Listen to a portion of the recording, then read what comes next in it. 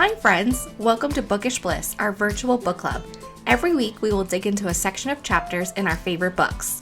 Let's get started. Hey book besties, and welcome back to Bookish Bliss for episode 103. We have a lot to discuss today. We are continuing our journey through Sarah J. Maas's Kingdom of Ash, and this week it's all about chapters 29 to 44. So you don't have to read the entire book, but you do need to be caught up on the chapters we're covering because we are going full spoiler mode. Amanda, darling, what are you drinking on this lovely sunny Saturday afternoon? Darling, I'm drinking an energy drink because I was up all fucking night with a little mouse in my house. So, unfortunately, I found no sleep. But this is actually really good. It's called Update and it's peach. So, Ooh. and then I have my little protein shake for when I'm done because I need to get the protein in today too. I know. What are you drinking, darling? Well, I wish I had an energy drink because your girl is tired and been going through it. But I just have a little protein shake here because I'm behind today on my protein. So I have a little Slate Ultra Protein, cookies and cream, 30 grams protein. Yeah. Sponsor us. Just kidding. Love Oh, goodness. Well, cheers to episode 103 of Bookish Bliss in part 3 of Kingdom of Ash. Cheers. Cheers, darling. This is good. You would like it. Very yummy. Yum. Amanda, what is your bookish news? All right, so this is what I finished. Okay. Harry Potter and the Half-Blood Prince. Lovely. The Soulmate by Sally Hepworth. And The Wolf King by Lauren Palfreman. Now I know how to say it because I had the audio the whole time. Yay. I'm excited to talk about it on Sunday. I know you won't be joining us, but No. it will be fun still. Of course it will be. Hopefully. How about you, darling? What have you read? Zero? Literally nothing. Zero goose Oh, eggs. you're reading The Heir Apparent, though, right? Yeah, I'm 5 books behind on my reading goal, and I was literally just not ahead of it like you, but like on time. I've only finished 1 book in the You month need of to March. get it together. I'm just Dude, kidding. You've had a busy week. I just like don't know. Like obviously the first week of March, everything was normal life. And then this week I had my 2 little nieces for my sister and brother-in-law who were on vacation, and I love them. They're adorable. You need stamina To keep up with them. and to thrive in sleep deprivation. And it's like you're sleeping, but like not really. And then you're awake with them and you're exhausted. But they're just so stinking cute. Like I cried leaving them yesterday because I was Aw. just gonna miss them so much. Yeah. But I just It's worth it. it was worth it. And I just want them to remember when they're older how fun they had with me, or that I'm just like an aunt that they can count on. Yeah, And of course. yeah, I love them. I'm Aw. tired, but I love them. Understandable, darling. So everything's just kind of been pushed. Yeah, it's And just, now that's why we're recording on a Saturday. yes, that's why we're late. It's because of me. I'll take the L for that one. And It's fine, darling. I didn't read The Wolf King, but not even like I could go because I have an event that I'm going to Sunday night that I forgot that I had when we scheduled the book club. And obviously I'm not going to change that for the multiple people who have read The Wolf King this month, which we're so excited about to have. And I'm like, of course, this is the one fucking book club. And I'm not going to. I know. It was a good book. I'm excited to talk about it. But yeah, but I'm still going to listen to it when I get my next Audible credit. And then fill us in on your thoughts on the And Discord. Yes, and then I'm going to fill us in Hell on the yeah. Discord on my thoughts because everyone has like really liked it that I've talked to. You liked it, Rachel liked it, Amy really liked it. Yeah, and Savannah, I think, read it and she liked it. Yeah, no, so that's so great. I'm glad. I can't wait to see what our wheel of books I know. for the next book club. Yeah. And I will be there. We love it. We love the commitment. Yeah, so finishing Heir Apparent, which is our in-person book club, which I have time actually for that one. So yeah, you have a whole week. And I think like my next fun read is going to be Mate by Allie Hazelwood. Oh, yes, I need to do that one too. I actually have it on Everend. Maybe we'll read at the same time Oh, that or would be listen to it. fun. I have a bunch of Fritas that I took on Hoopla this week, so I have 14 days left on those. But I can bang those out in like a day. Yeah. But I was doing so good. I I was. I know. was in my reading slump, got my library card, and then became a rock star. Well, not like, no, I guess not a rock star because Amanda's a rock star, but became efficient. And then it Staying just on went, task. bah, bah, bah, bah, bah. It's okay. It's only March. You have plenty of time to turn it around. Yeah. We'll just go sit by the pool and listen with our headphones and not speak to each other and just listen to our books and tan I in the love that. pool. Every time we're like, let's have a reading day, we just end up playing Playing Overcooked. Overcooked. Yeah. My life. That's what I'm going to do tonight instead of edit. So sorry, you won't get this episode until tomorrow. No, just kidding. Yeah. Sorry. All right. Before we get too silly here, let's get started with the good stuff and break down Kingdom of Ash Part 3. We're starting with me, darling, and ending with you, darling, I per think usual. is that like how it's gonna go the rest of the There's one series? that I start and end, and there's one that you start and end. Balance. But Balance. there's only one. I think it's the very last one for you because it ends Mm, on an odd chapter, and then they I have have that a last. better Yeah. world. Yeah. So, All but right. then one of mine, I think it's next week actually, 61 to 75. So there's Oh two yeah. odds. Yeah. It's But great for me. yeah. That's your week. That's your excuse to catch up on some books this week. Yes. Amanda gets the extra chapter. Yeah. All right, here we go. Chapter 29.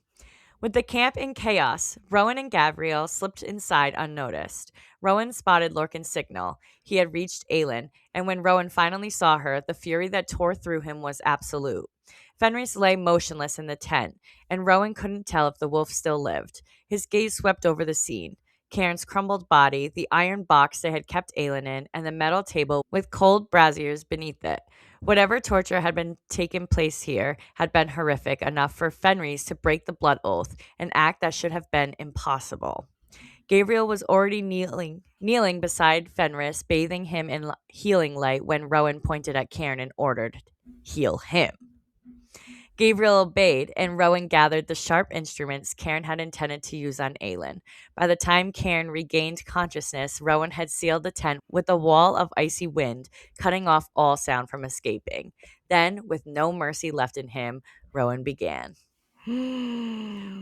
Wild. I feel like I read this so long ago because we're late recording, but like, I can't Yeah. believe this section starts here. I know. I know. I was Crazy. thinking the same thing when you started reading. I was like, wait, what? Yeah, like this is how far back we are. It's crazy how much happens in one of these sections. Literally so much because this is such a big book. We are trying to do, our everything we normally do, but just a little bit more Yeah, just a couple more pages. to get through this beauty of a book. Yeah, literally. In less than like 4 months. Ah. Crazy. So, Aylin's safe. She's with Lorcan, and Rowan is filled with fury now. He's done worrying about her. He's like, she's safe now. I'm going to fucking literally kill someone, but torture them first. Yes, of course. He sees the iron coffin that she was in, or the iron box. She sees Cairn. Poor Fenris is basically lifeless. This is like a crazy scene right here. It should have been impossible for him to break that oath, but also shows how badly she was being tortured for him to even be able to do that, which I think is what Rowan is reflecting on right here, like feeling bad for Aelin and all she had to go through. So he gets his hands finally on Cairn, who Rowan orders to be healed so that he can basically rip him to shreds again, which was so happy. I was literally cheering. I'm like, yes, Rowan, Get him! Get that him! motherfucker. I was actually I knew he had to die because they don't really have time to like fucking torture him for days at this point in the story, but like I was kind of sad it was so fast. Yeah. Like I wish he could get tortured for weeks like she did or months. No, I know. When this book ends, when we go through our final thoughts and we actually reflect on all that happens in this book, you're going to be like, how was this one book? Yeah. I How was believe this it. one book? I believe it. Even in this one section, I can't believe it goes this far back. Yeah. Wild. It's crazy. But yeah, no, I also agree. I wish there was time to like torture Karen for Yeah. longer or at least let Aelin get in a few good shots. Yeah. But Or yeah, at least leave him to miserably die slowly. But like, obviously, you can't leave him alive because he could be healed and be fine. yeah. I love that he fucking pees himself when he Yeah. realizes what Rowan's about to do to him. Like, hell yeah. Well, yeah.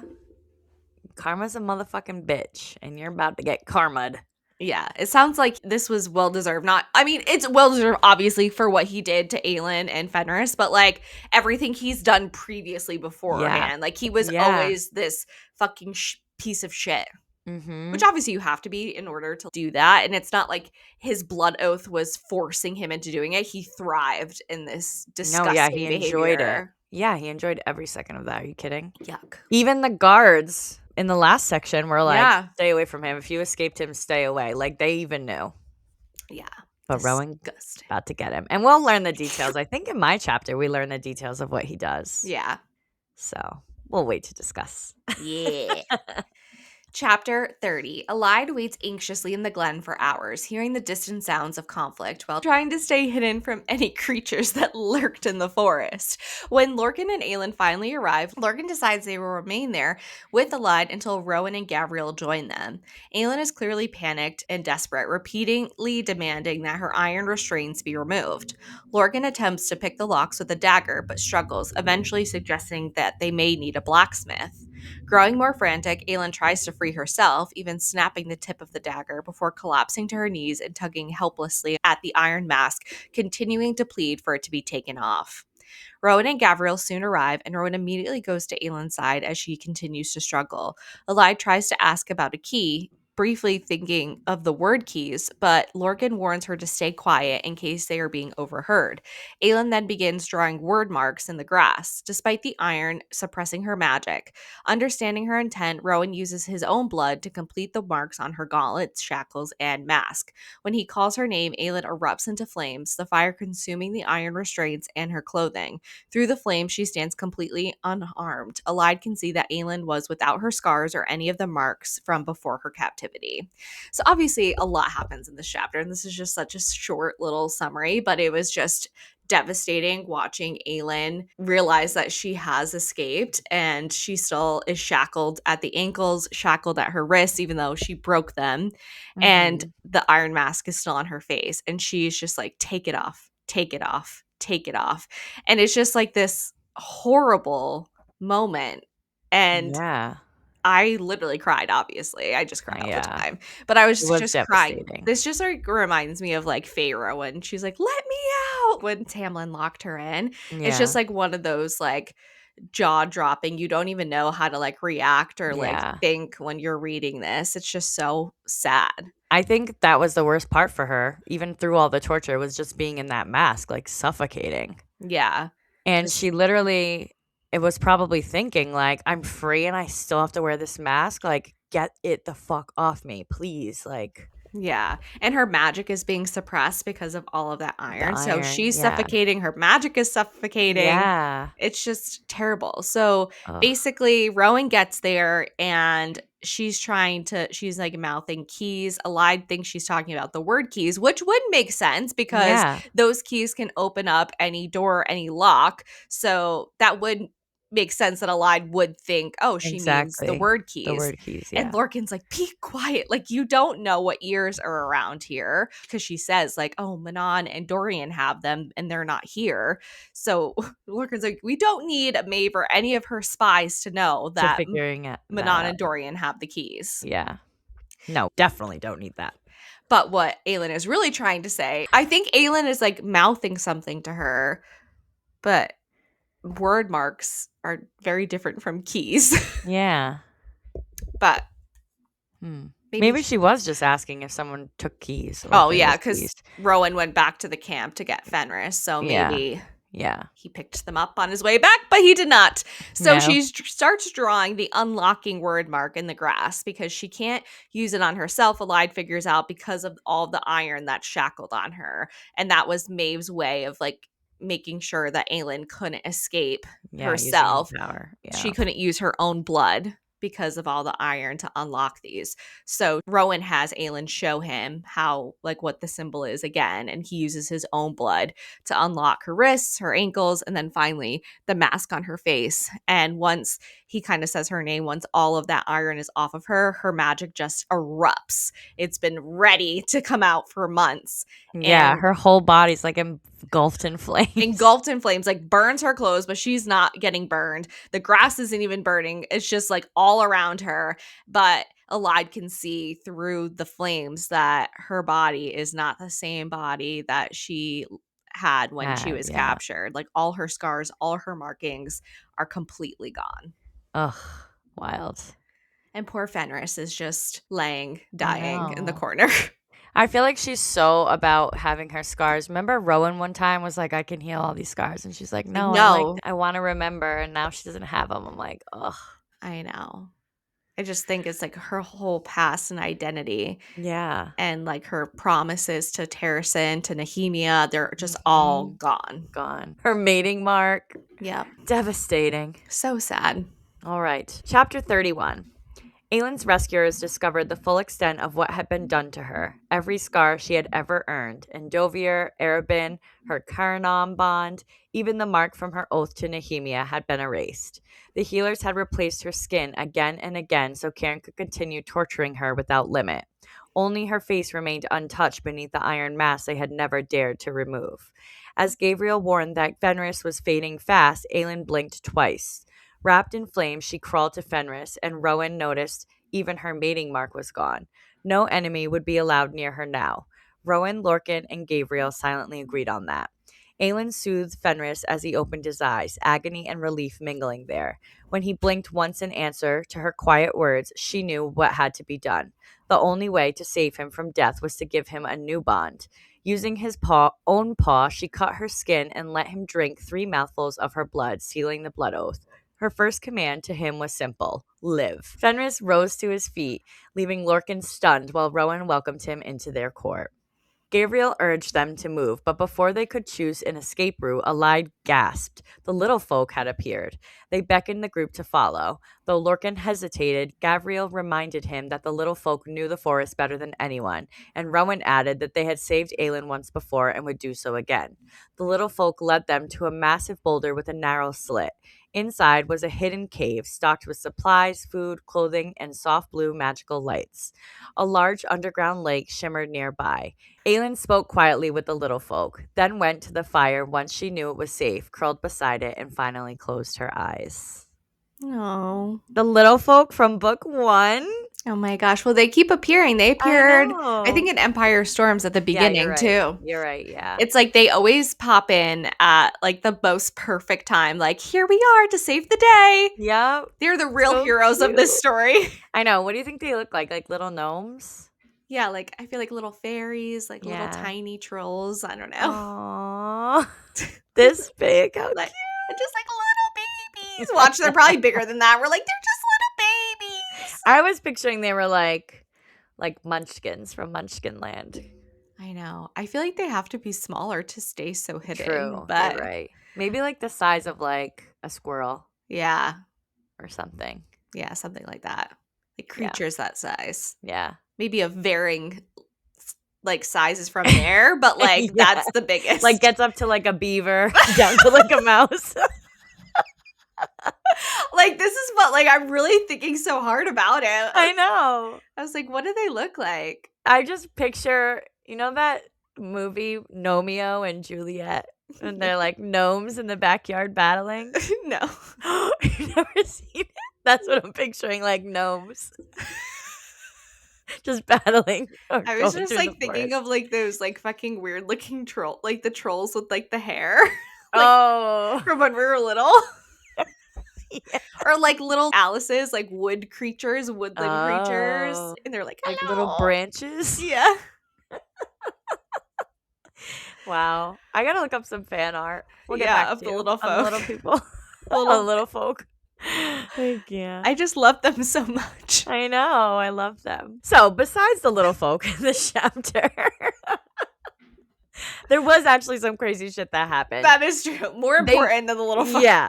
They first examine their skin, which we kinda already talked about, Aylin's skin, and then Fenris is about to croak. He's, like, done for, and Aylin comes up with this brilliant idea using their blinking language, which everyone is now noticing what they're doing, Yeah. to ask him if he wants to be blood oathed to her. Yeah, and he blinks once for yes. Yep, and he blinks once. So she cuts her freaking arm with his paw. He drinks the blood, and then her first command to him was live, which he does. He stands up and he's fine after. Well, not fine, but much better than dying on the floor.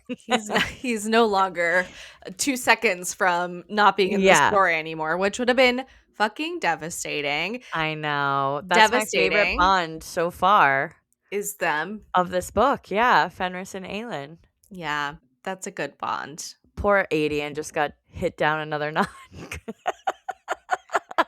Ugh, good. He went from 12th to 13th. No, just kidding. He's like last place in Aylin's book of who do you go to first. Yeah, exactly. I'm just kidding. So funny. But Yeah, he's so last in my book. Yeah. So he's officially part of the crew now. So now we have Rowan and Fenris Yes. that are Like a blood oath. blood oathed to her. Yeah. Yeah. Wow, Adian's gonna be pissed. There's I going to can't wait for him be to find out. one more person that gets this before this section is over, and it's not Adian. Yep. Hell yeah. Sucker. Maybe he'll get it before Lorcan. We'll see. Lorcan gets it in this. Not Lorcan. Sorry. The other one. Gabriel. Yeah. Everyone will get it before 8. Yeah, literally. Even Kale. I'm just kidding. Yeah. He probably will. Irene, everyone. Oh, shit. Okay. That's actually one of the best parts I'm looking forward to in this book is Irene and Aelin coming so into excited. contact with each other. It's Yeah. happening very soon. I can't wait, darling. I can't wait. All right, so the little folk, they take us to this cave that basically has this giant, mysterious, black, icy lake in it. Okay. Can't Where be did that come anything from? dangerous in there. Actually, it was pretty calm. I know. It really was. We needed a little. This section, I have to say, was like relatively calm. Yeah, like a transitional from Aelin captured to Aelin Not being next captured. on her mission. Yeah. Yeah. But Aelin finally feels safe enough to rest, and that's what she's doing by the fire as she's engulfed in flames herself. Yeah. Like the fire doesn't go out when she goes to sleep. Like it's Yeah. still there. Yeah. I think only Fenris is allowed in. Yeah, literally. It's crazy. She's like, fuck Rowan. Fuck everyone else. Only Fenris can sleep next to me, bitch. Yeah. He's the only one that understands the pain. Well, I think like she's still skeptical that this is real at this point. Mm-hmm. Even though didn't she converse with the little folk and they like I don't know if that's like later in your chapter that they told her that this is real and she like believed them. When she asked about if she could go sleep near the fire. Yeah. They, like, confirmed it for her. Yeah, she was safe. But she definitely her mind was being fucked with for months. So yeah, of course she's gonna be questionable about Big shit. doubts. Yeah. All right. Chapter 32. Dorian spends several days experimenting with his magic, even altering his eye color from brown to green, testing the limits of his shifting abilities. Vesta and Astrid tease him about the change, while Glennis grows frustrated, telling him it's exhausting to watch him constantly try to remake himself. Despite their reaction, Dorian remains determined not only out of vanity, but because he wants to understand what he is capable of and who he might become. At the same time, Glennis turns the conversation towards the future, asking the 13 if they have ever seen the wastes. When they admit that neither they nor the Krakens have ever been there, she presses further, challenging Manon to think about what she would do if the wastes could be rebuilt. Glennis encourages her to form a plan and consider what kind of leader she wants to be for her people. Manon begins to respond, caught between uncertainty and responsibility, but the moment is interrupted when the scouts return to camp. Emerging from the shadows, they report that the land ahead carries the unmistakable scent of death, abruptly shifting the mood and signaling the danger nearby. Well. So they're on their way to Eelway, as we know from the last section. That's where they're headed. So they're kind of at this camp. The scouts, the Shadow Twins, go ahead and are checking out the area. But Dorian's practicing his eye color changing. He's And they're like, teasing him. It's so funny. I love that he's just like surrounded by women and they're just teasing the shit out of him. And he's thriving in it though. He's like, I love this. I have got to say, Dorian in Kingdom of Ash is my favorite Dorian so far. So Yeah, that's true. I love him in this book so far. Yeah, his just determination. Like, obviously, they don't know why this is so important to him. He's not, of course, told anyone his plan until Yeah. the end of this chapter, and he doesn't even tell. He gets caught. But yeah, he's like, no, I need to know what I'm capable of. I need to know what I can do. And they're just like, okay, fucking weirdo. Like, keep Yeah. changing your eye colors, pretty boy. Dreaming about Kale over there, needing to look into his own eyes to see Kale's. Yeah, he's like, I love you so much, baby. I miss you. So now Glennis, though, is kind of turning the conversation to Manon and the 13. Like, have you ever seen the Wastes? Mm-hmm. They confirm they've never been there because they just like don't want to put themselves through that devastation of seeing what it looks Yeah, like there's right a curse now. too, right? Mm-hmm. Still. And Glennis encourages Manon, like, hey, if you want to be the leader and the queen of these people, you need to come up with a plan. Like, what kind of leader do you want to be? How do you see the waste being rebuilt? And I think this is really like processing through Manon's brain up until like obviously we see a plan starting to formulate by the end Yeah. of this section. But she's like, you need to have a plan. Like, you can't just be flying by the seat of your pants and hoping that things are just going to turn around and that everything's going to fall into place for you. Like, you need to have an actual plan. Like, Yeah. being such a like an actual grandmother to her for once. For once. In yeah. her life, she has a grandmother that gives a shit, or a great That grandmother doesn't that want to gives a make her shit. into a monster. Yeah, she's trying to make her into a leader and a good person. Exactly.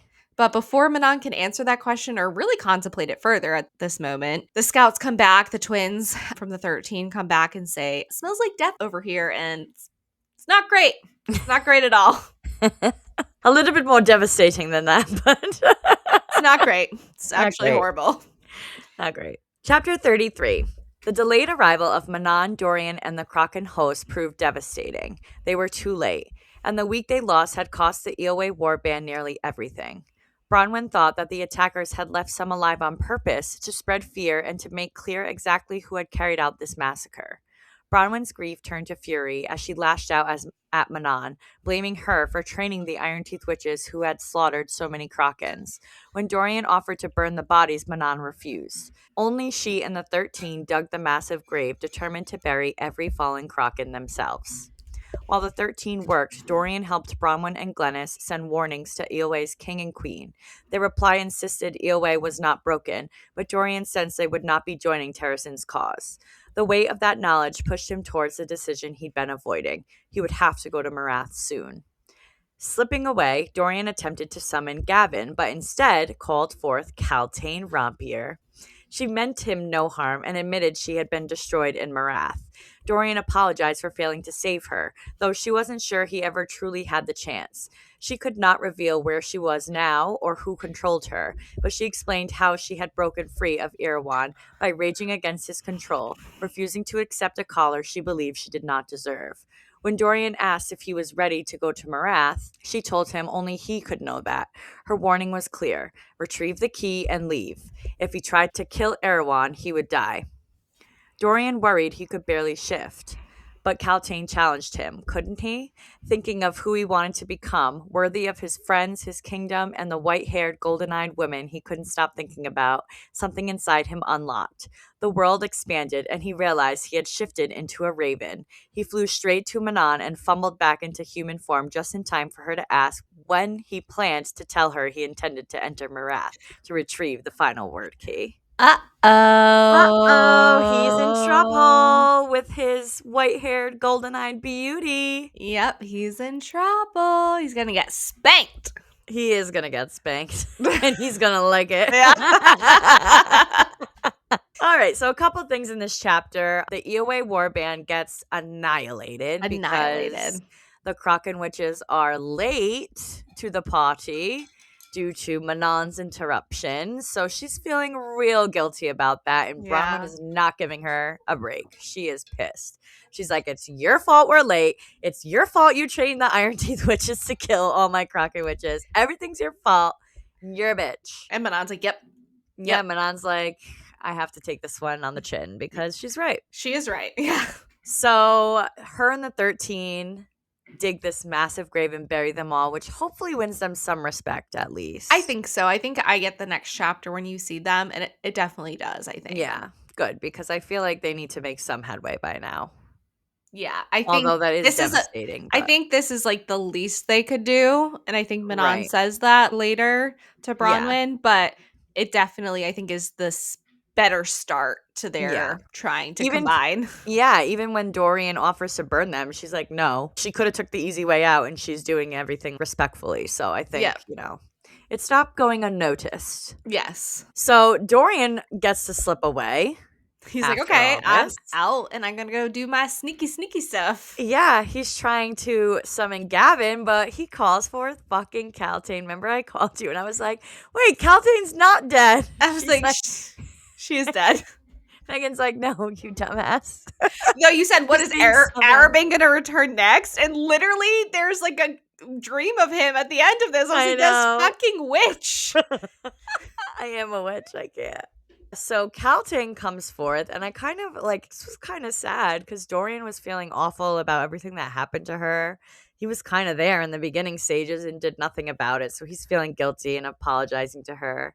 And she's like, yeah, I did this to myself, but I was there for ambition. I wanted to be your wife. And Yeah, she legit admitted it. That was wild. yeah, she's grown.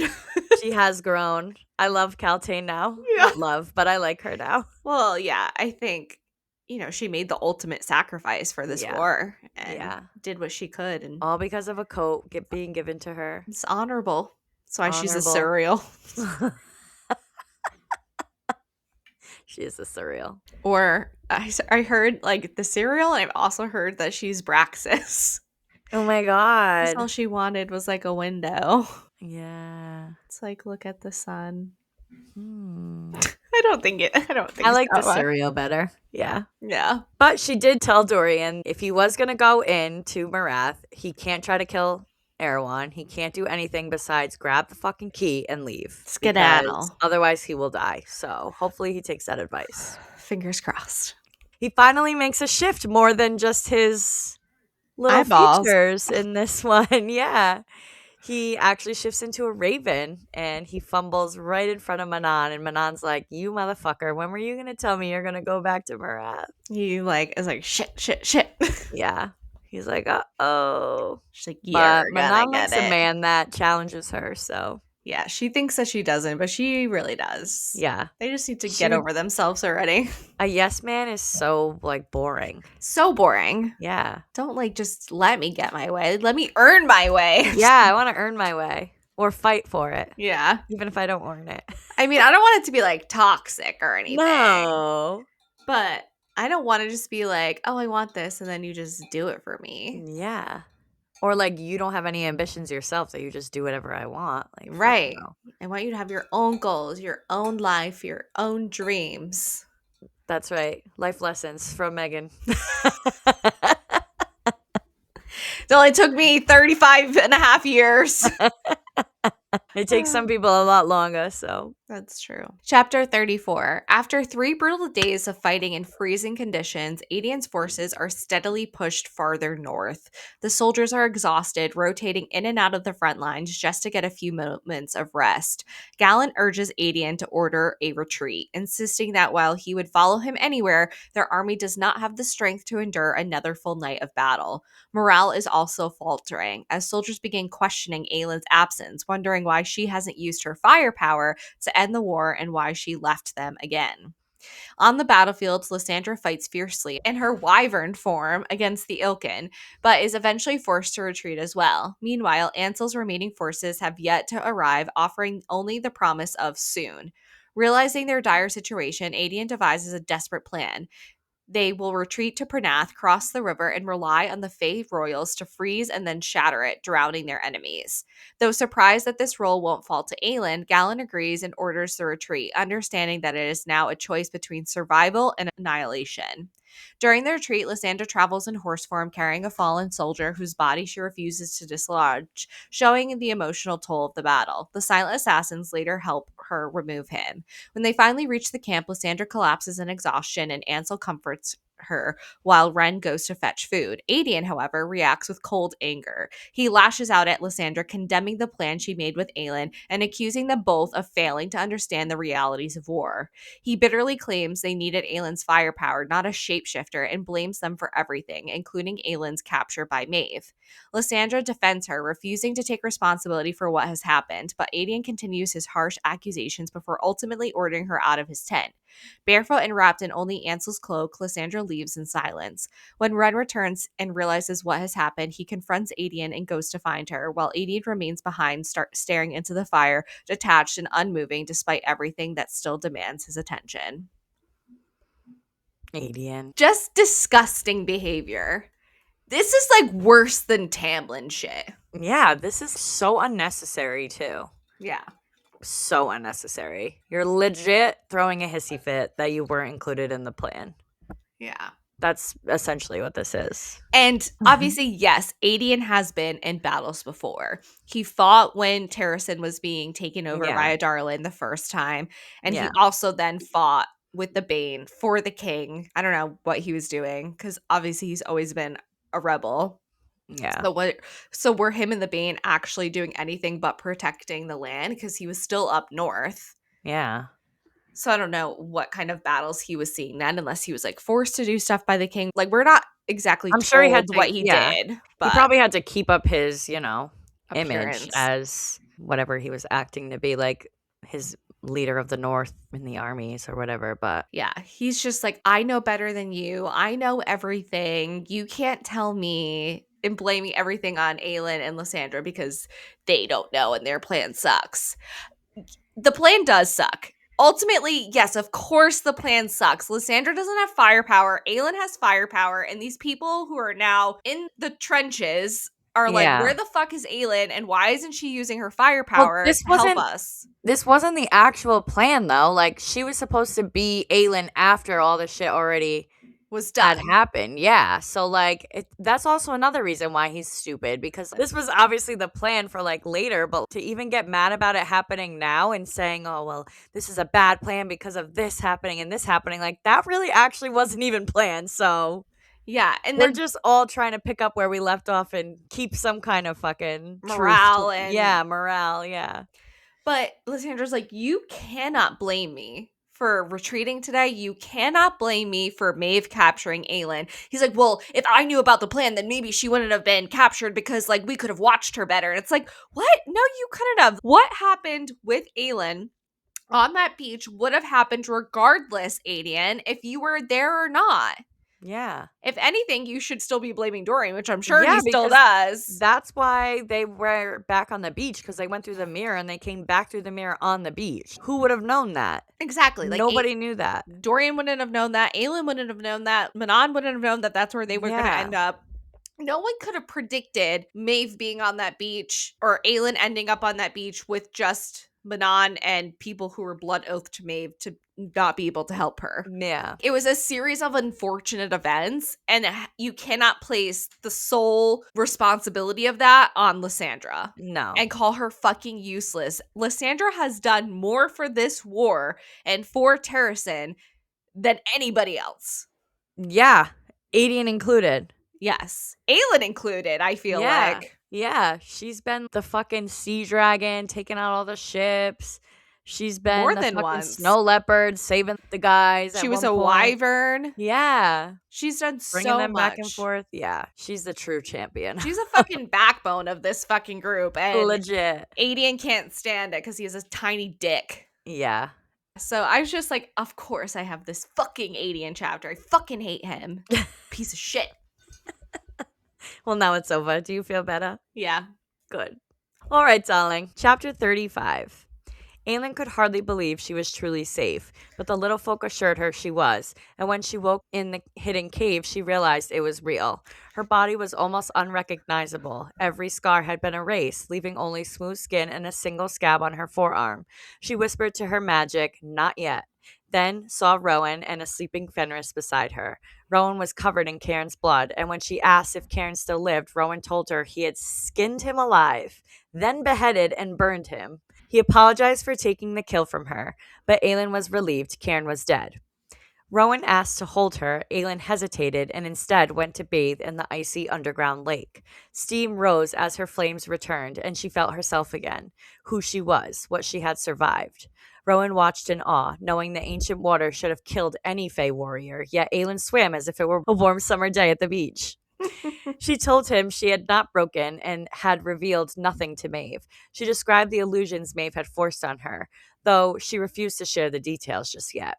Rowan told her she had been gone 2 months, 3 days, and 7 hours. Aelin explained that Maeve's healers had regrown her hair because they couldn't remember its length, and now she intended to keep it that way as a reminder.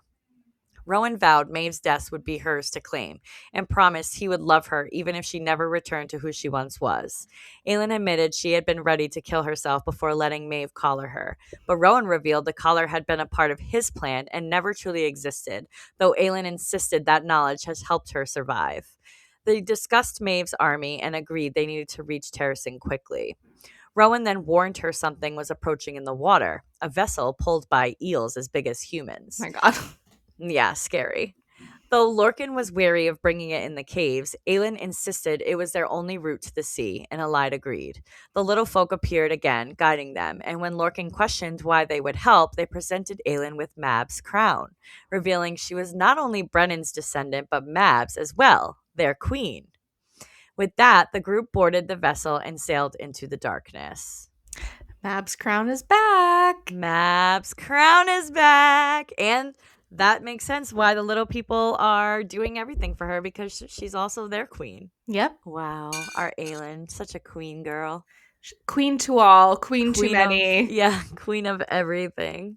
Mm-hmm. So, this is the chapter where we get the confirmation from the little folk that Aelin is safe and everything's good. And though she should not be able to swim in this lake, she's basically just using her flame powers, and the ice is just choking it out. So she's finally getting to like relieve this stress and this buildup of her flames. Mm-hmm. And she's feeling like herself again, remembering what she survived and who the fuck she is. Hell yeah. Hell yeah.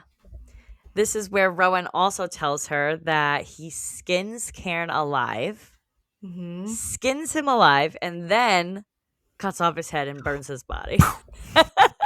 Well, that's what he's like. I told you, if anyone fucked with you, I'd fucking skin them alive. And that's exactly what he did. He's a man of his word. He is a man of his word, exactly. Aelin's swimming in this fucking scary-ass water, and I'm actually surprised nothing crazier came out than human-sized eels. I thought they were going to be something way more ancient and creepy. But I'll take the human-sized eels any day. Yes. And it's pulling this big barge that's basically going to take them out of this cave. Of course, Lorcan's like, I don't know about this. So they kind of have to prove themselves, these little folk here. And they present Aelin with Mab's crown, which Maeve had originally, right? Yeah, she had both her sister's crowns.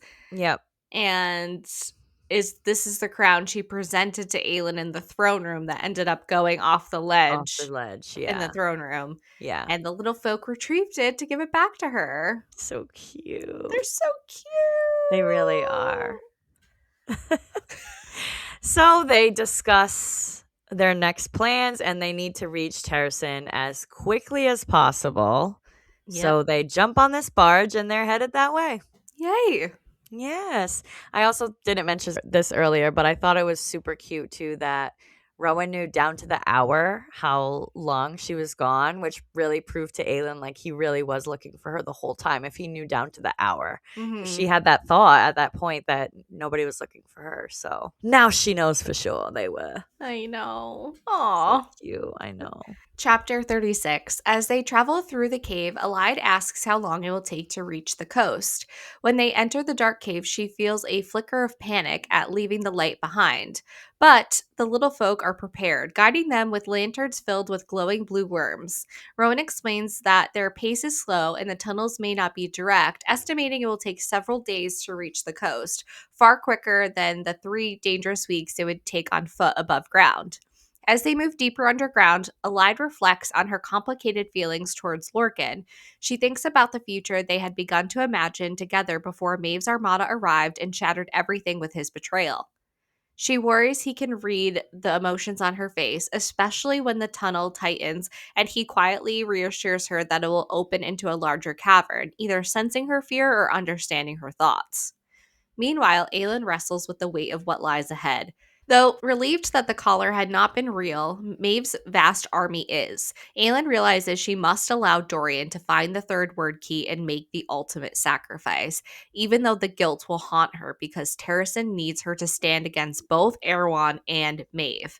Holding on to her mother's voice from her time in captivity, Aelin steels herself with the quiet vow not to yield. She resolves to present the fearless, unshaken Aelin of the Wildfire to those around her, hoping that pretending to be that strong, she might one day truly become it again. Aw. I know.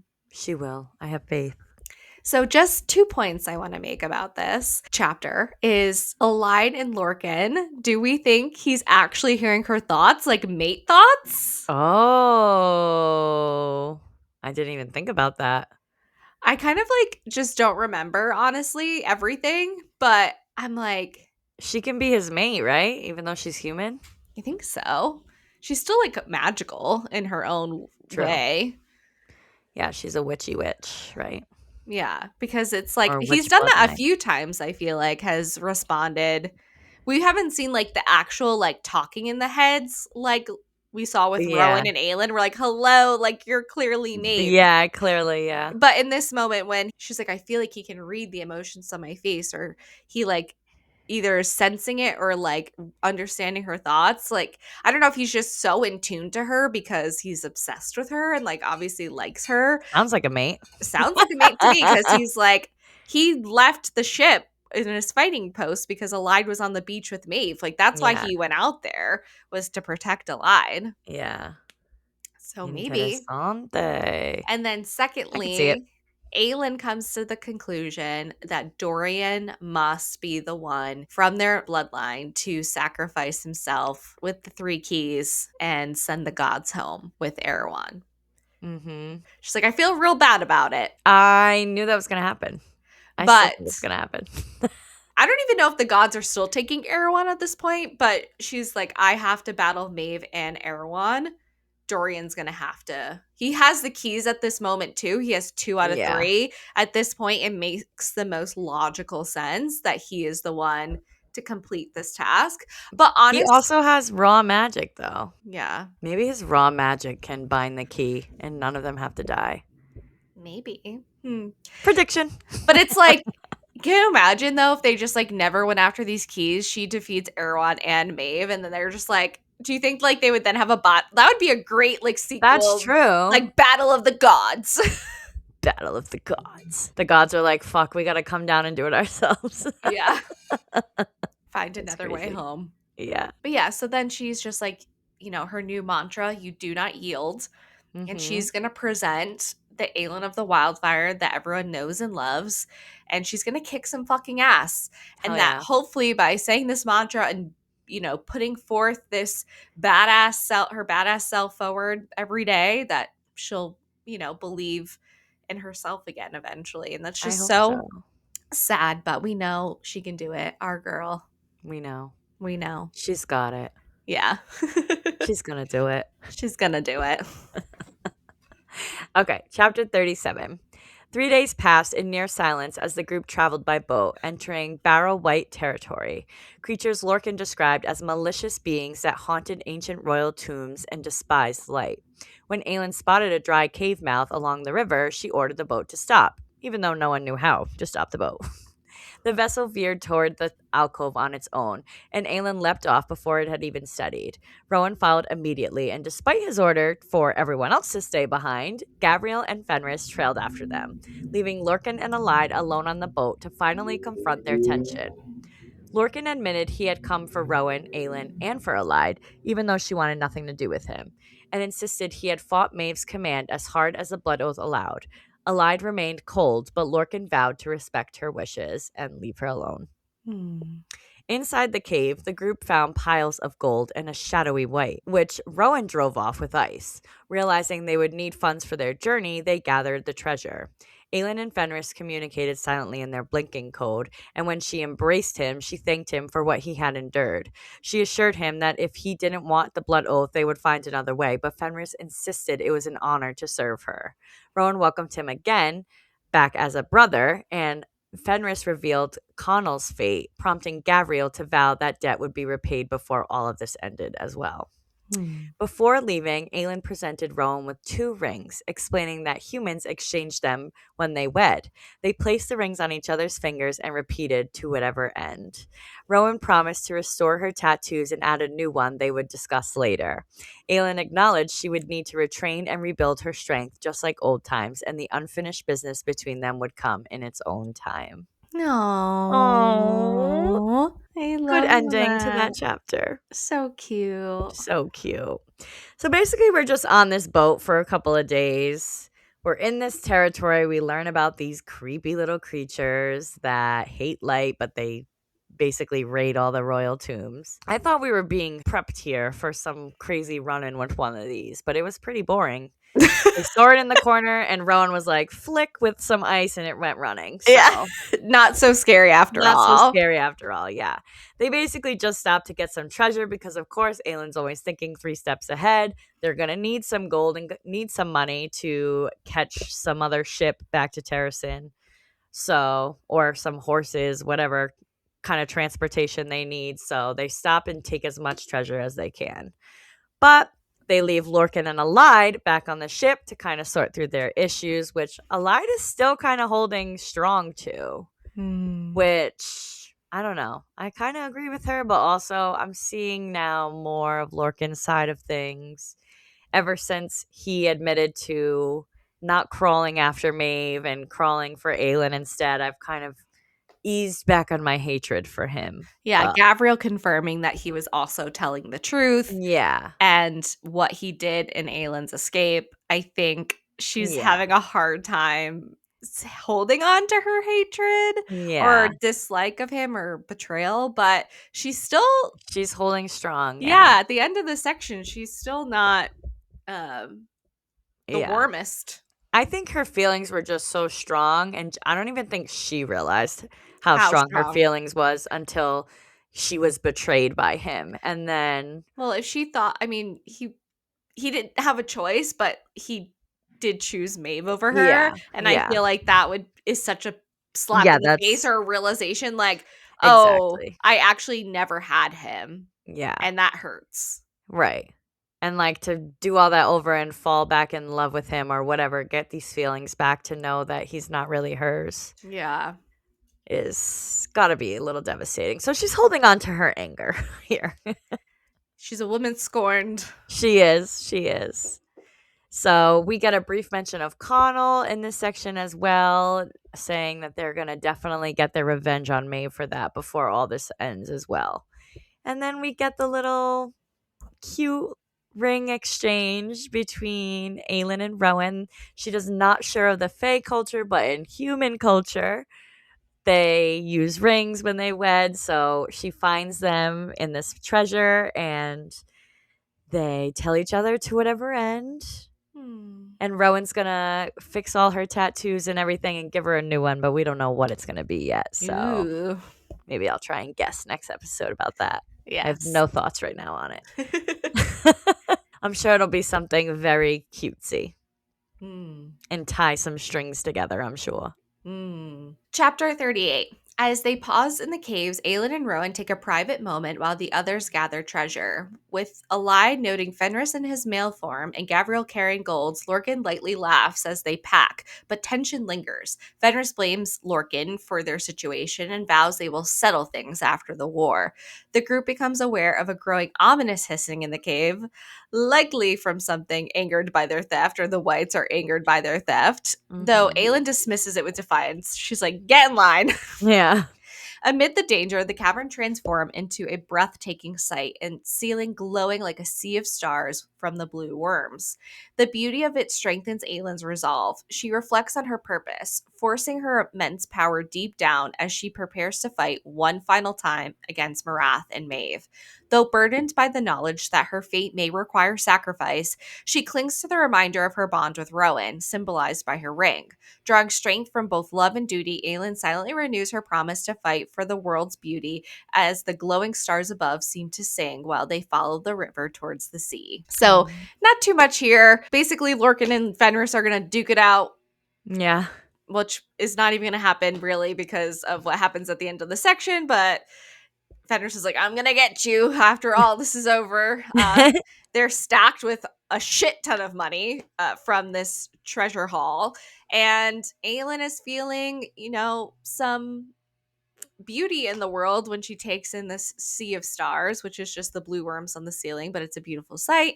And Mhm. even though she feels bad of kind of like forcing these rings, well, she didn't force the rings on Rowan, but like kind Right. of um keeping it like, I mean, you're married at the end of the day, ring or no ring, he's still your mate, he's still Exactly. your husband. Even Yeah. if you have to make this ultimate sacrifice, he's by your side and he's going to be fighting along with you. Of course, yeah.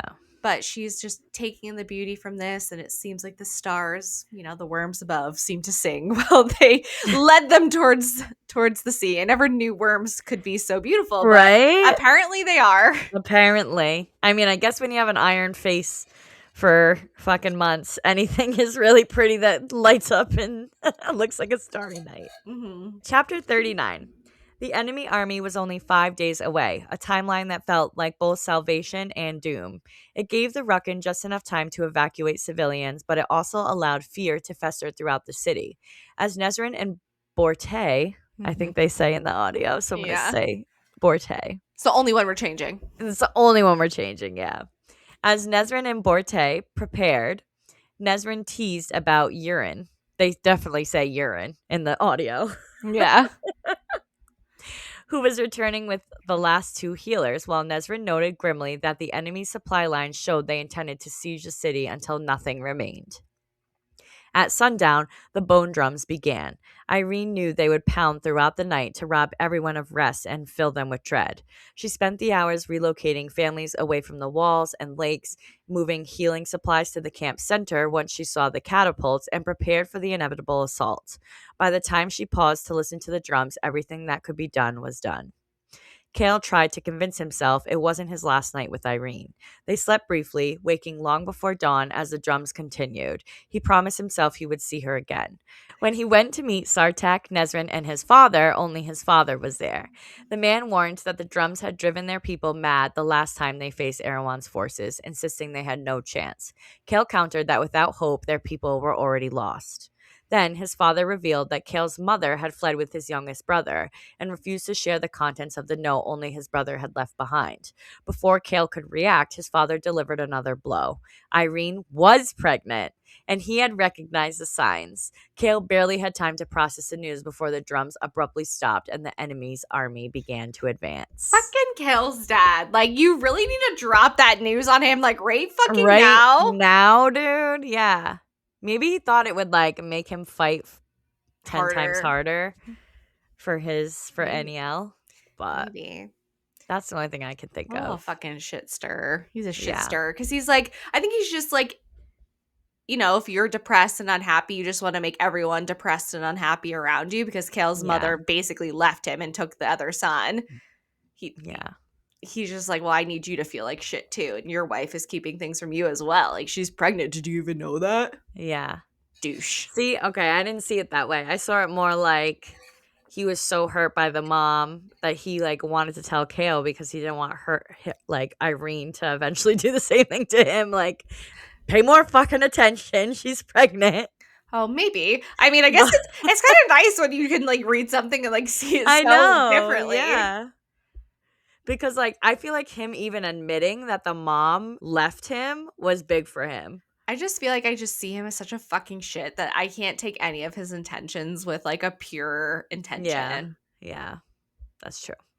But Our only Kale and Irene and that group chapter in this section. I know, and But it leaves on such a cliffhanger. next section is very, like, I think heavy of this group. So, Yeah, which makes sense because they literally start attacking at the end of this chapter. yeah. They play these fucking drums all night, and Irene sees these catapults, so she's like in go mode about moving families, getting children out of the way of fire, moving all her healing supplies to the center so that they'll basically have to get through the camp to get to the healing supplies. So, whatever needs to be done is being done, and Kale is hoping this is not the last night that he has with his wife and hoping he'll see her again. I'm sure especially even more now that he knows that she's pregnant. Mm-hmm. But good for fucking Kale's mom from getting away from his shitty dad. Hell yeah. And I think it's interesting that the brother left a note and not the mom, but the Mm. dad wouldn't even tell him what the brother said in the note. So I'm like, You is suck. he? Fuck off. Yeah, Never come that's looking for literally us. what I was The end. thinking.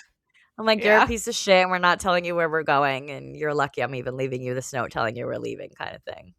Because his Yeah. mom didn't want to. But these dreadful drums that beat all night long finally stop, and as soon as they do, the enemy army attacks. Darling. Dun, dun, And we'll learn more about that dun. next week because Yeah. that's the last chapter of them this episode. Yes. Chapter 40. Manon and the 13 take their time to bury every Kraken soldier slaughtered by the Iron Teeth, showing a level of honor that surprises the Kraken witches. Bronwyn acknowledges this, admitting she hadn't believed Iron Teeth witches cared about human lives. Manon explains that her grandmother has cast her out, so the Iron Teeth no longer defined her, but she still feels it was the right thing to do. She also recognizes Bronwyn as a strong leader, while Bronwyn notes that the constant threat of Iron Teeth has forced the Krakens to remain well trained. As Manon moves through the Kraken camp, she notices the witches quietly acknowledging her with nods of respect. Around the fires, they argue over whether to return home or continue south into Eelway, but Manon neither interferes nor asks them to follow her.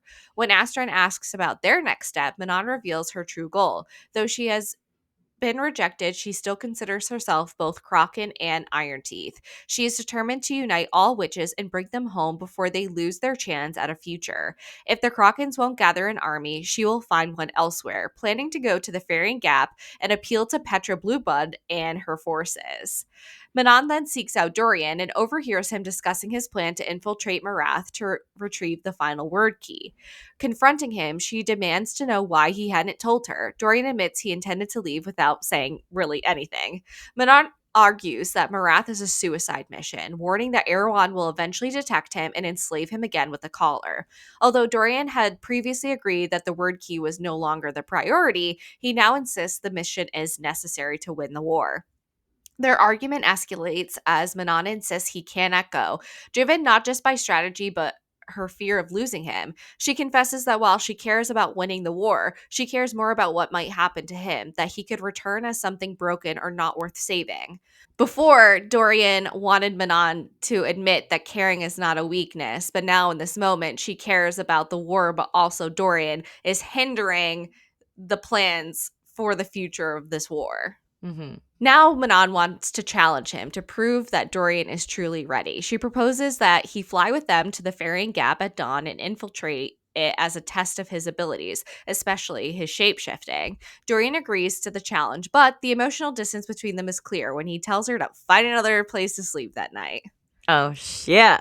Fuck. So, Manon and the 13 have finished burying the Krakens and the warband that was here, and they're getting some respect from Bronwyn and the other Kraken witches, which is a great step Yes. in the right direction of her earning the respect of these witches and potentially having them go north with them, but we'll have to Yeah. see. I think she just have to win over Bronwyn. If she wins over Bronwyn, she'll win over them all. Yes. Because they seem to do whatever she says, and she's the one that's adamant that, like, she will never fly for Manon. But, like, if she does, then everybody else will. Yes. And as Manon is moving through the camp, you can see that she's getting nods of respect, some grim smiles, but Yeah. that's better than she was getting before. Yeah. The cold shoulder, death threats. Yes. But Astron's like, okay, like I think we've won some respect here, but what is our plan? Because they're not discussing coming with us and going north into Terrasen. They're talking about going home, or they're talking about proceeding forward into Eelway, even though the king and queen have basically said, like, they've got this. They Yeah. can't send anybody to help Terrasen, but they've kind of gotten Eelway locked down. If Yeah. everyone continues to attack here, like, they have a plan. They're going to hold strong. Yeah. But I think the Kraken's like, all right, we understand that, but like, should we go there or should we go home to like Yeah. protect what our Well, they didn't what make our it to home the is? first battle to help, so I'm sure they're probably feeling guilty, like they need to go to Eelway to do what they can because they couldn't do shit the first time. Yeah. So Manon's like, I'm not interfering with this. I'm not going to ask them to fly north with me in this moment. But our plan as the 13 is, well, if we can't get the Kraken witches, we need a trained group of witches Yeah. already. Yeah. And who best to ask is our frenemy Petra Blueblood. Yeah. Petra. And we're going to ask her if she's willing to fly north and to fight with the 13, Mhm. which is a wild and dangerous gamble of a plan. For But sure. I think it is their best bet at this moment. Yeah, and they have a plan to send Dorian first and make sure it's safe, so Yes. they planned it perfectly. Yeah, I think it's as good of a plan as we can have right now. Exactly. And obviously, we know from Dorian's last POV chapter, Manon catches him. This is kind of just her POV of what Yeah. happens in the situation. And she's like, I care about you. You said caring's not a weakness, but look what you're doing to me. She's like, I wish I didn't care at this point. Yeah, shit. But she's like, I don't want you to go in there. You're going to die. You're going to end up in a collar and you're not going to be Yeah. someone worth saving at the end of the day. And I actually like sleeping with you. So you better not go. And Yeah. he's like, I am going to go because this is part of my mission. My mission does not interfere with your mission. At this point, it is time to go our separate ways, like on this point of the journey. Yeah. And Manon's like, well, you're going to fucking prove it then. And the Fairing Gap. And Dorian's like, I'll do it. But obviously, you know, men don't like it when women are like, you need to prove yourself to me that you can go into war by yourself because you're a big man. Yeah. So he's like, I'll do it, but you're going to sleep in another tent tonight. I think that was stupid. That was not She's nice. like, wow, no magical hands rubbing me tonight. She's probably like, fine, bitch. Yep. Dorian's one brave little guy What a In brave book. little man. in this book. Chapter 41. After traveling through the dark waterways, Aelin and her companions finally emerged onto Wenland's western shore, free of the cave at last, and close enough to reach a port. Aelin immediately sent letters to Adian and Lysandra. Then they used their gathered gold to hire passage on a ship whose captain surrendered his own quarters to her and Rowan. They must have gave lots of money for that. Mm-hmm. Though she would soon be far from Maeve, Aelin couldn't shake the memory of Maeve's black blood, something she kept to herself. Everything depended on reaching the continent before Maeve or Erewhon could inflict irreversible destruction. The coming weeks at sea would be long, but Aelin planned to spend them rebuilding her strength. When she tried to begin training immediately, Rowan stopped her, insisting they needed to talk. Aelin asked whether he regretted their mating bond, given how Maeve had weaponized his past with Lyria. Rowan told her the blame lay solely with Maeve, never with Aelin. She then revealed the illusions Maeve had forced on her. Visions of Rowan dying unless she surrendered the word keys, and fantasies of a life where she'd grown up loved, her father still alive, and she and Rowan had met and fallen in love without pain. Aelin admitted she had wanted that illusion to be real, but she knew none of those Rowans were her Rowan. Maeve could never understand that they had walked through darkness together to reach the light. Rowan confessed he had wanted her as his mate since Wedland and vowed they would face everything, Erewhon, the Loch, side by side. If the Loch demanded Aelin's life, then they would go together, 2 bodies and 1 soul. Their reunion turned fierce and tender as they reclaimed each other, marking one another again as mates before getting freaky and lying tangled together, determined to find a way forward. They would face what came next together. Ooh, shit. Shit, darling. Oh my god, Rowan darling. is down for her no matter what. He will legit die with her. Mm-hmm. He's obsessed in the best way. Obsessed. But she loves it. She's like, okay, we'll do it all together. Yeah. Now let's book. Yeah. She's like, I'm with my fingers crossed like this. Yeah.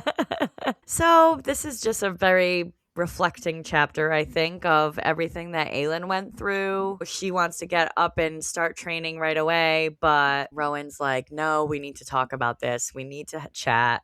Like, they haven't even kissed, I think, until this point, right? Yeah, he asks her to like kiss, and she's like, I've Yeah. been wondering. He's like, well, I didn't want to just do it. Yeah. So you had Well, no problem doing also, that before. I know, but I feel like she was a little skittish, like you were saying about is this real or not? So I think he did the right thing by waiting. Maybe he didn't have to wait as long, but Yeah. he definitely got it all in tonight. That's for sure. Yes, he did. Yes. So they're on this boat from Wenlin back to the continent. They have this important talk. They have this romantic conversation. You know, they're going to do everything together. Two bodies, one soul. He's in it with her forever. They have sex, and whatever they face next, they will do it together. Oh, Hell yeah. true love. True love indeed. True love. The end. Goodbye. Chapter 42. Lorcan takes the final watch of the night, reflecting as the sun rises on the lands they've left behind. Wendlin, Doranel, and the Eastern Territories, wondering if he will ever see them again, especially given the danger awaiting them in the west. When the others wake, he reports that nothing happened overnight, though the tension remains high, particularly with Fenris, who is still openly hostile. Lorcan expects a fight between them eventually and is willing to endure it, believing Fenris has earned that right after everything he has suffered. Alide continues to ignore Lorcan, creating a painful distance between them. Aelin approaches Lorcan and directly questions his intentions, whether he plans to sail to Terrasen and join their war. When he confirms that he does, Aelin makes it clear that she cannot trust him as he is. Once Maeve's second in command, Lorcan is now a powerful, unaligned Fae male who could potentially betray them, especially with Maeve's army likely moving towards their continent. To resolve this, Aelin offers Lorcan a choice: swear the blood oath to her, and he will be free to travel with them and live wherever he chooses within Terrasen. If he refuses, he will not be allowed to enter Terrasen or continue with them, as the risk is too great with the word keys in play. Though she acknowledges the personal cost, particularly regarding Alide, Aelin insists that she cannot endanger her kingdom. Lorcan initially doubts that anything remains between him and Alide, but Aelin challenges that, warning him that Terrasen and Alide may not survive this coming war without him.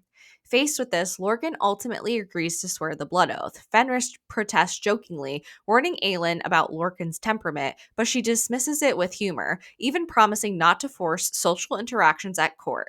With that, Lorcan binds himself to Aelin. Aelin then clarifies why she does not offer the same oath to Alide. As their heir to Pernath, one of Terrasen's most powerful houses, Alide must remain politically independent to reclaim her rightful position. With some lords already opposing her, she cannot afford any complications to her claim.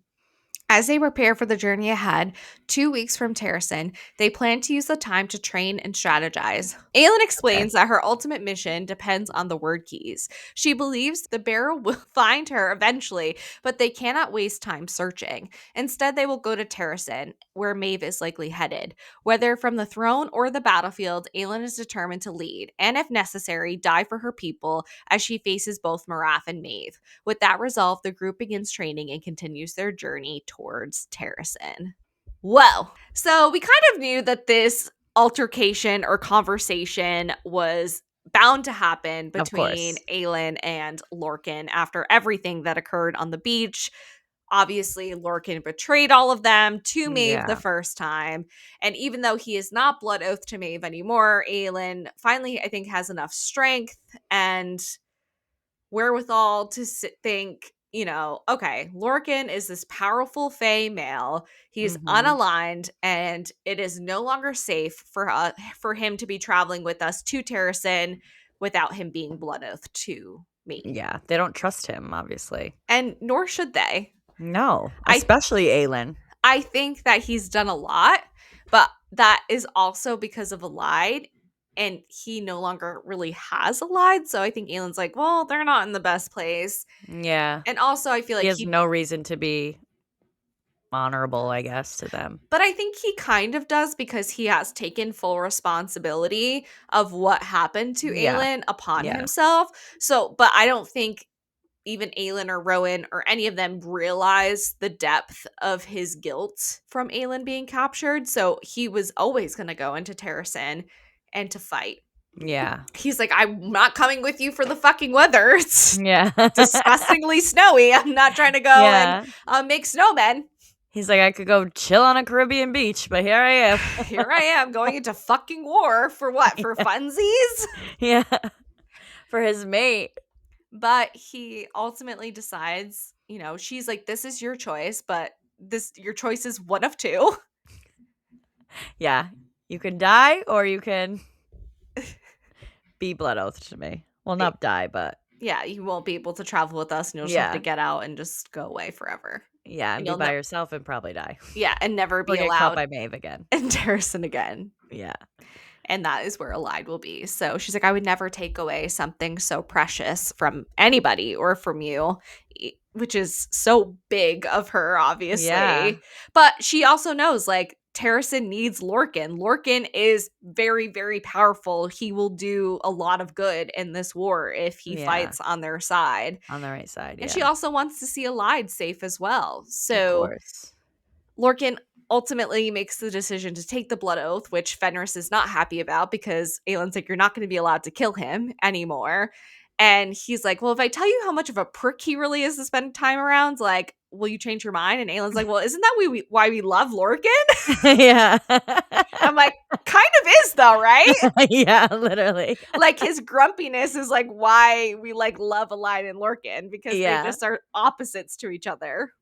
That's so funny. And so Aelin's like, all right, well, I won't invite him to Christmas, so shut up. I can't. And then, of course, Allied is devastated, initially when Aelin says, I'm not offering the blood oath to you. I need your vote to vote me in as queen to be, one Yeah. of your own making and not for the other four lords that are opposing me already to say you're doing this because you're blood oath to me, which Allied Yeah. understands and knows that her way to help Aelin is just in a different way. She doesn't need the blood oath. Yeah. But it is really interesting that Gavriel is not offered the blood oath in I this know. moment. Yeah. So maybe Just to because get it over with. I think it's But because he is Adian's father, and I think Adian, how Adian reacts to everything. yeah, for Like sure. so Fenris's He blood doesn't oath. even know that Fenris and Lorcan are now also blood oath before him. He already made a huge stink about Rowan. Imagine his father getting it before him. Yeah, and I think obviously Fenris was to save his life Yeah. and everything he did for her Yeah, they have a during special bond now, even closer than her and Adian, I feel. during the capture. And then Lorcan was out of necessity. He's a powerful Fey Yeah. male, and we can't have Lorcan running And a back to liability. Maeve or Yeah. Erewhon or whoever. I don't think Lorcan would, but this No. makes the most logical sense in war to have Lorcan blood oath to Or one her. less thing on her mind to have to worry about, then do it. Yeah. So Yeah. we can't have his dad blood oath to No. her before Adian. So I think that's, the reason why she didn't do it in The this little moment. crybaby will throw another fit. Yes. And so, yeah, they're going to train, prepare for the next 2 weeks while they're at sea and get ready to fight. Hell yeah. All right, chapter 43, my last chapter for this episode. Dorian altered his appearance piece by piece until even he barely recognized himself, preparing for what he knew, though he hadn't told Manon, was likely a suicide mission into Marath. At dawn, they set out, the Krakens trusting Manon enough to wait for her return. She led him to a wyvern-only entrance into the ferrying gap, and Dorian prayed his shifting would hold as they passed guards and trainers. Before they parted, he handed Manon the 2 word keys, insisting they were vital to their cause and must reach Terracin if he didn't return. Manon, refusing to accept the possibility of his death, warned him that he would come back. He fucking better. Dorian slipped through the gates and on Asterin's mare without question, tied her up, and scouted the gap to learn whether the matrons were present and whether Petra was in command. Hours later, Abraxos sensed the mare before anyone else, and Dorian, fully transformed, rode in to report. The matrons were gone. Petra commanded roughly 300 iron teeth, and the way was clear for Manon. Without a goodbye, Manon and the 13 flew off to confront Petra, telling Dorian that if they didn't return within a day, he was free to do as he wished, even if he wanted to go to Marath. In the Great Hall, Manon addressed Petra and the assembled Iron Teeth. They all knew she was Crockett now, but she told them she had lived her entire life under lies, lies about who they were and what they could be. She exposed her grandmother's plan to seize the waste, crown herself High Queen, and slaughter any blue bloods or yellow legs who refused to kneel. Astrid revealed her unclean brand and demanded to know how many others had been marked by their matrons. Manon urged them to consider an Iron Teeth Kraken alliance, a chance to break their ancient curse and build a better world, one she had seen with her own eyes, where humans, fae, and witch lived and fought together. Then Manon turned and flew away, not as a child of war, but one of peace. Oh, she has Manon! transformed. She is fully Kraken now, but still, I feel like this is a Kraken trait of hers, but we'll not forget her Iron Teeth heritage as well. You know, her mom was an Iron Teeth witch, and even though the matrons are fucking evil, the other witches kind of fall in line and do whatever they say, but you know, they have a chance to be something else too. They were lied to too their whole lives. Yeah, I think she's just trying to show them that even though I'm Crockett and Iron Teeth, like, and you're just Iron Teeth, you can be a good person. You can make a good decision, the right decision, and fight on the right side of this war. Yeah, and we can be stronger together Yes. than fighting against each other and tearing each other apart. Hmm. And I think Astrid's kind of stepping up and showing her unclean brand, like, definitely made other people who probably were abused by the matrons kind of start seeing the point here. Like, Hmm. maybe they were afraid to come forward or say anything or join Manon, but when they saw that and realized that other people were abused too, they're like, yeah, fuck these matrons. Yeah. Or at least hopefully they're saying that. Hopefully, fingers Yeah, crossed. yeah. But before we even get there, Dorian changes his face and gets in, does the job correctly, figures out that the matrons aren't there, that Petra is in command, and that there's about 300 Iron Teeth witches that she is in charge of at this moment. And before they even say goodbye, the 13 and Manon, to Dorian after he tells them this news, they're already flying to the keep to speak with Petra.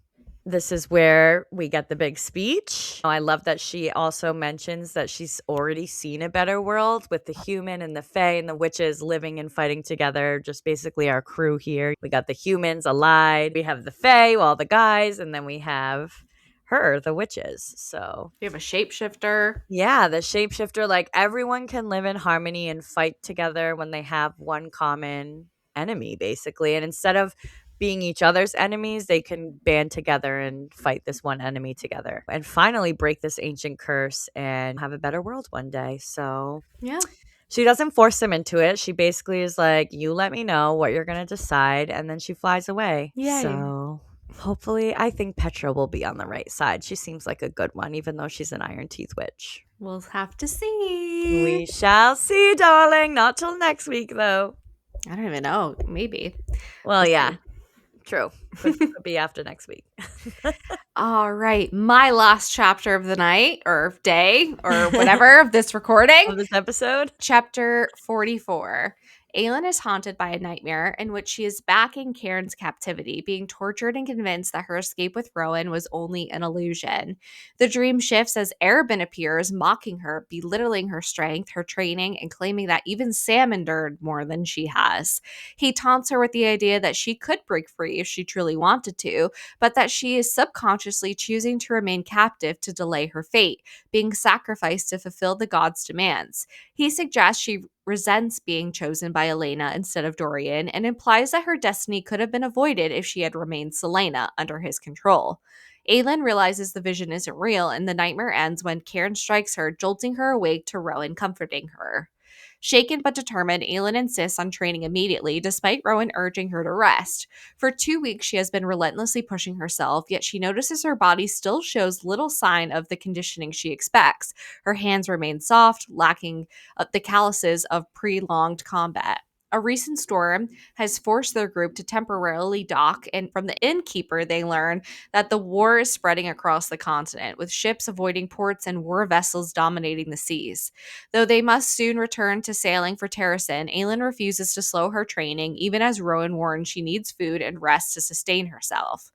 During this time, Aelin has been teaching her companions word marks. Alide struggles unable to read even her own language well, but continues trying in hopes of contributing. Meanwhile, tension between Alide and Lorcan remains unresolved despite his new place in Aelin's court. Aylin's physical state worsens as she pushes herself too hard. She vomits after training again, taking a break only because Rowan flies away to check in with the captain about when they can sail again. She also checks in with Fenris using their silent communication code, and it's clear neither of them has truly recovered. Fenris Mhm. comments that he might forgive Lorcan only when Aelin stops overworking herself. When Aelin asks what Maeve's blood tastes like, he gives a vague answer, power in blood. But her intent is clear. She wants to understand Maeve well enough to kill her. The scene ends with Rowan returning urgently in his hawk form. He shifts back and points to the sky, drawing attention to something approaching overhead, signaling a sudden and maybe dangerous situation, but something's happening. Mhm. Who is Something overhead? is happening indeed. Aelin is having a nightmare, which is so sad to see because she now thinks that everything that's been happening the last couple of I weeks is know. an illusion because Fake, yeah. she has been tortured so much by Maeve and had so many illusions of being back with Rowan that she starts to think that this is real, that she's back being tortured by Cairn. I think until she sees Yeah. Arabin and realizes, okay, this isn't real. Arabin is dead and he's never been Yeah. Yeah. here with the torture. But he says some very interesting things besides the dig Mhm. at Sam, which I did not appreciate. I know. But he basically says that you want to stay captive. You wanted to be here because that means that you don't have to sacrifice yourself for what Elena did and let Yeah. Dorian take that sacrifice. And I think that's just her guilt eating at her for knowing that she has to let Dorian make that sacrifice that has been Yeah. destined by Elena and the gods for her Yeah. when she was chosen. But Well, Terrace also needs Elena no did more. that too. Yeah. Elena, she basically put it off on everybody else too. So I feel like she's definitely feeling guilty because she gave Elena so much shit for it, and then she's basically having to do the same thing, which is not the same thing, but you know what I mean. Yeah. If Aelin still had the word keys and was never captured by Maeve, she would have gone after that third word key and she would Yeah. make the sacrifice because that is her destiny and she Yeah. was preparing herself to do To that. do it. But Yeah. right now, the two word keys are nowhere near where she is. She can't be gallivanting across the continent to try to get them when Terrason's being ripped to pieces. Yeah. She has to go where she's needed the most, knowing that, as she says earlier, the bearer of those keys will find me eventually. Yeah. And at that time, we'll deal with it when I deal with it, but I have to go and fight. I have to go save my There's no kingdom. time to waste gallivanting looking for the keys. Yes. So that's what she's been doing. She's been training relentlessly for weeks and weeks and weeks, pushing herself. And Rowan is like, you need to eat. You need to sustain your body with all this work you've been doing. You're not going to be able to retain muscle and keep Yeah. what you've been doing if you don't eat and sleep. Literally. And he's like, Which is just what he was telling her in Wendland too. yeah. You need to get rest too. And he's like, you're going to throw up. And then Yeah. he's like, you did. I told you so, I told basically. ya. And you're going to take a break. So he goes off to check on the ship to see when they can sail to Terracin. Because obviously, everyone's getting antsy about when they're going to get Right. there and join the war. Because we know from the innkeeper that there's war everywhere, all Yeah. over the continent. There's not just one specific location. Even It's she just happening. knows it's everywhere, but she doesn't even know the exact locations of where the battles are, just that it's Yeah. everywhere. Yeah, and they're probably limited in where they can travel on this boat too, because all the ports are probably blocked or shut down. Yep, So exactly. So we check in with Fenris, and she's like, what does Maeve's blood taste like? Because obviously she talks about the black the black blood, blood. yeah. And We know she's Valg, but they don't know she's and Valg I yet. think Aylin's, as she's further and further removed from being held captive, she's starting to really think about her time there and is like, Eve had that black blood. I wasn't imagining that. So I wonder if Yeah. her blood tastes any differently when they took the blood oath. But he's like, I don't know, it tasted like power and blood. It's not like he said any like, oh, it tastes very different from when Or I that it was took black. yours. They would Yeah. know, right? Unless she was tricking them when they drank it Yeah, because to see she red. changed the blood, to red Yeah. right after it was black. But she's like, okay, so it didn't taste like significantly different from mine because I feel like he would have said it tastes really different from yours. Right. But before they can contemplate that any further, Rowan comes back, sailing super fast at them in his hawk form, switches back into his Fae form and points at the sky where there's some things flying overhead. Mm-hmm. But we don't know what. We'll have to find out next week. Is it the rocks? Maybe. And Kale? Maybe. It's either them or some witches. Some witches, yeah. Well, I guess we'll have to see, darling. Mm-hmm. So that's all we have for you today. Please let us know what you think by leaving us a review and comments on any of the platforms you are listening/watching on or on our social media pages. This helps tremendously to get the word out and lead more listeners to find our show and tune in. And come join our book club Discord. You can find the link in our bios on Insta and TikTok. And this Sunday, March 22nd, we will be discussing The Wolf King by Lauren Palfreman. I finally know her last name. We love chatting with you guys, so don't be shy. Don't forget to email, follow, subscribe, rate us 5 stars, and tell all your friends about us. And we hope the rest of your day is blissful. Bye! Thank you so much for listening. Join us next time for part 4 of Kingdom of Ash by Sarah J. Maas, featuring chapters 45 through 60. Happy reading!